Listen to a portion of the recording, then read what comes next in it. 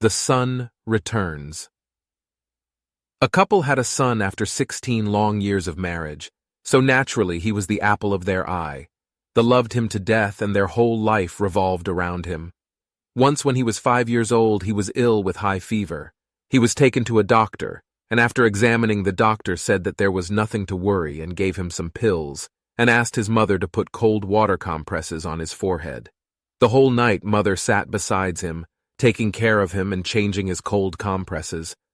Just before dawn, she was unable to keep her eyes open any longer and slightly leaned down to grab some shut-eye. When she woke up, it was around 7 a.m.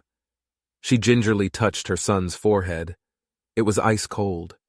She thought his fever had subsided by now, so decided to go to the kitchen and get some water for him to drink. On second thoughts, she checked his forehead again. It was cold. Terribly cold. Something didn't feel right. She reached for his nostrils.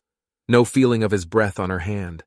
Terribly anxious, she leaned and placed her ear on his chest. "No heartbeat!"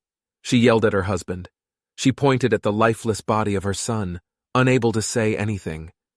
The father bent down and called out his son's name. When he didn't answer, he sprinkled some water over his face. Still no answer. Slowly they understood that their beloved son is no more. The couple were completely devastated. There seemed to be no meaning to life anymore. 3 years passed. Some well-wisher suggested that they try adoption, and so reluctantly they registered an adoption center, government adoption agency. A year later they received a referral for a 5-year-old boy. When they looked at his picture, they were shocked to see that he resembled their dead son in many respects. They finalized that referral, and after completing the formalities, rushed to bring the boy home from the adoption center.